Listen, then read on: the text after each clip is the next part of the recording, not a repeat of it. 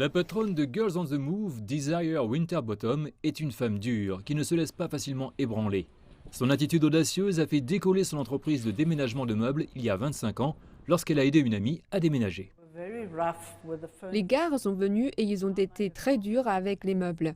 Et j'ai fait un commentaire, bien sûr, pour dire que si c'était une femme, elle serait douce et prendrait soin des meubles, parce que ce sont de vieux meubles anciens. Et le monsieur a dit, et ne n'oubliez jamais, ce n'est pas un travail pour une femme, elles ne sont pas assez fortes. Et les autres lui disent, eh bien, merci, vous venez de prendre une décision pour moi, et c'est comme ça que les filles ont commencé. Il était difficile au début de rivaliser avec des entreprises principalement dirigées par des hommes, mais cela n'a pas arrêté Winterbottom. La femme est en fait très intelligente parce que si vous avez besoin de 4 hommes pour soulever un armoire, vous utilisez simplement 6 dames et vous les entraînez à border. Je veux dire que ces filles peuvent porter des bancs de ciment, elles sont vraiment fortes.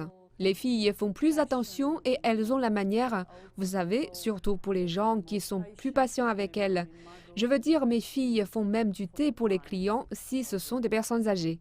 Les dames élégamment vêtues de Girls on the Move donnent l'impression que le travail est simple. Zodwa CBC, l'une des plus anciennes employées, fait partie de l'entreprise depuis 18 ans. Avec son équipe, elle ajoute une touche de douceur à un travail difficile.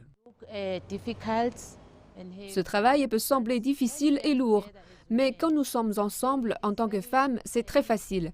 Quand on travaille, on chante parfois, c'est très facile. Oui, même le travail est difficile, mais nous prenons les choses tranquillement.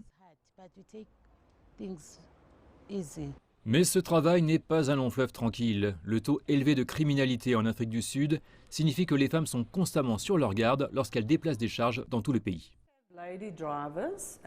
Nous avions l'habitude d'avoir des chauffeurs féminins et j'ai en fait dû les changer pour des hommes parce que je pense que le fait d'avoir un seul chauffeur masculin dans le camion a en quelque sorte amené une forme d'autorité.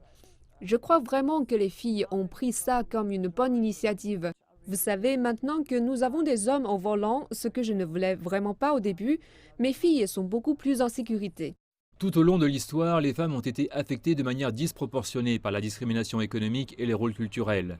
Les mesures visant à corriger les disparités ont été retardées par des choses comme la pandémie de Covid-19 et le changement climatique ces derniers temps. Mais des femmes comme Madame Winterbottom font ce qu'il faut pour s'autonomiser et autonomiser les autres autour d'elles.